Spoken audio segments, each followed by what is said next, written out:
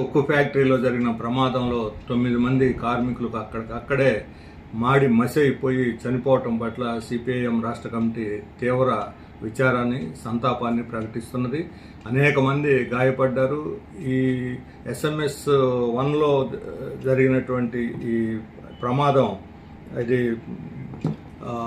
కేవలం సాధారణ ప్రమాదం కాదు. ప్రభుత్వం యొక్క నిర్లక్ష్యం, ఉద్దేశపూర్వకంగా ప్రైవేటీకరణ చేయాలని దీంతో కార్మికుల సంఖ్యను తగ్గించటము, రా మెటీరియల్ ముఖ్యంగా లైమ్ స్టోన్ కానీ వీటిని నాసిరకం వాడటం వల్ల ఇక్కడ ఈ ఒక్కసారి లేడల్ పేలటంతో మొత్తం విపరీతంగా స్ప్రెడ్ అయిపోయినటువంటి పరిస్థితి.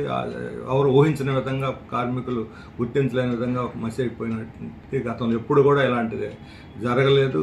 ఈ యాజమాన్య నిర్లక్ష్యం, ప్రభుత్వ ప్రైవేటీకరణ విధానాల్లో దీన్ని ఏదో రకంగా మూసేయాలి, పనికి రాకుండా చేయాలని కార్మికుల సంఖ్యని తగ్గించారు. అందులో SMS 1 ఇటువంటి చాలా ప్రమాదకరమైనటువంటి పని ప్రదేశం. ఇక్కడ మామూలు కన్నా తక్కువ గంటలు ఎక్కువ మంది కార్మికులు పనిచేయాలి. కానీ దానికి విరుద్ధంగా తక్కువ మంది కార్మికులతో ఎక్కువ గంటలు పనిచేయించడం వల్ల అక్కడ కార్మికులు కూడా ఈరోజు పని చేయలేనటువంటి ఒక పరిస్థితిని సృష్టించారు. పాత వాళ్ళను, అనుభవం ఉన్న వాళ్ళు, నైపుణ్యం కలిగిన వాళ్ళని తొలగించేసి కాంట్రాక్ట్ వర్కర్స్ని కొన్ని వేల మందిని, కొద్ది మందిని 5,000 మందిని తొలగించి 600-700 మందిని మాత్రం, అది కూడా ఏమీ తెలియని కొత్త వాళ్ళని వాళ్ళు రికమెండేషన్ల మీద వాటి మీద తీసుకొని పెట్టుకోవటం వల్ల ఇది ఆ రకమైనటువంటి నిర్లక్ష్యం జరుగుతుంది. ఈ డిపార్ట్మెంటే కాదు, మొత్తం ప్లాంట్లోనే ఈ రకమైనటువంటి పరిస్థితులు మనకి కనిపిస్తున్నాయి.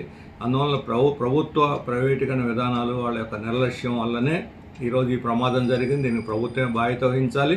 దీని మీద వివరణ ఇవ్వాలి, విచారణ జరపాలి, బాధ్యుల మీద చర్యలు తీసుకోవాలని మేము డిమాండ్ చేస్తున్నాం. ఈ చనిపోయిన కుటుంబాలన్నిటికీ వారికి ₹1 కోటి పరిహారం చెల్లించాలి.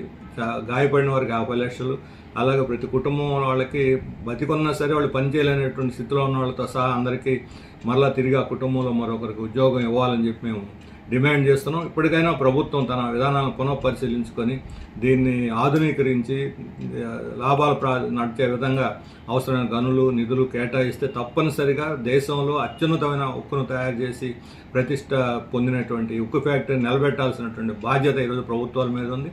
ప్రభుత్వాలు అందుకు సిద్ధపడకపోతే ప్రజలు పోరాడైనా దీన్ని సాధించుకోవాలని చెప్పి మేము ప్రజలందరూ కూడా విజ్ఞప్తి చేస్తున్నాం.